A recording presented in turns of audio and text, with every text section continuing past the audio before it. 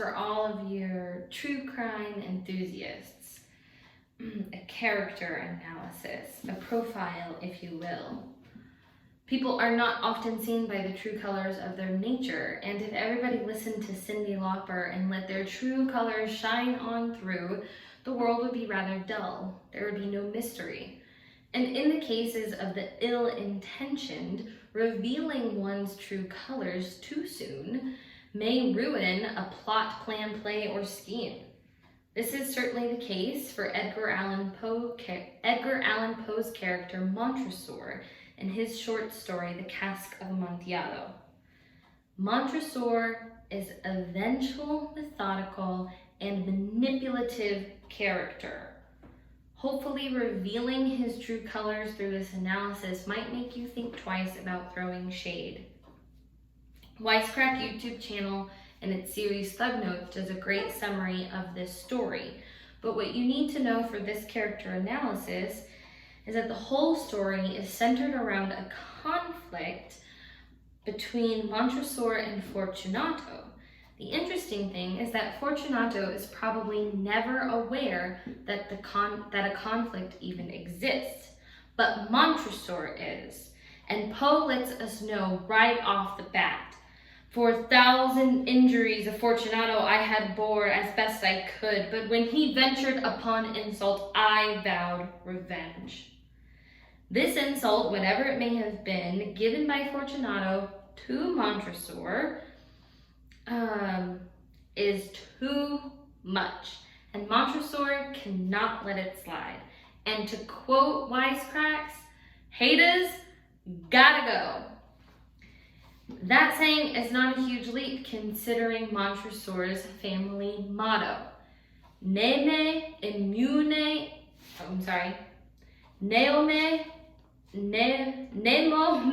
impune lacessit. No one insults me with impunity. Not only did he grow up with that motto, but he grew up with this family crest, the foot of a Montresor stamping out a provoking serpent. With this family tradition and heritage, it is no wonder why Chorus Hero says that Poe seems to suggest that Montresor's seething drive for revenge defines his very existence.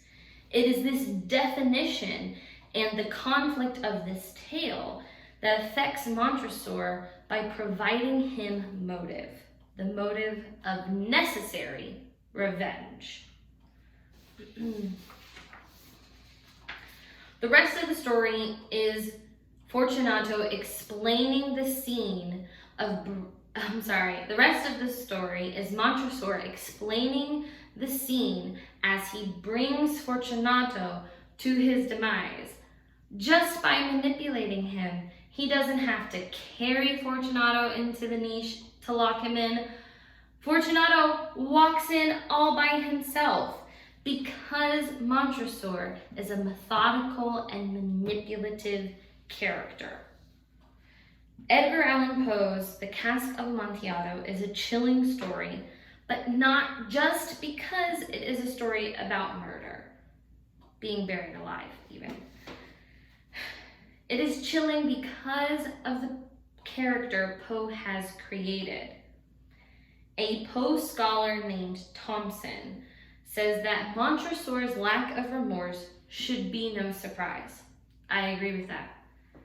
He continues and says he has an obligation to his family. He carries it out with relish and savors deeply the success in carrying it out and enjoys the success in carrying out the obligation this brings him. It's Montresor's sensitivity to provocation that allowed Montresor to explore and scarily embrace his true, vengeful, methodical, and manipulative nature. This story is an example of not always being seen by our true colors. Fortunato did not see his murder coming, He believed the entire way that he was going to get a sip of Amontillado.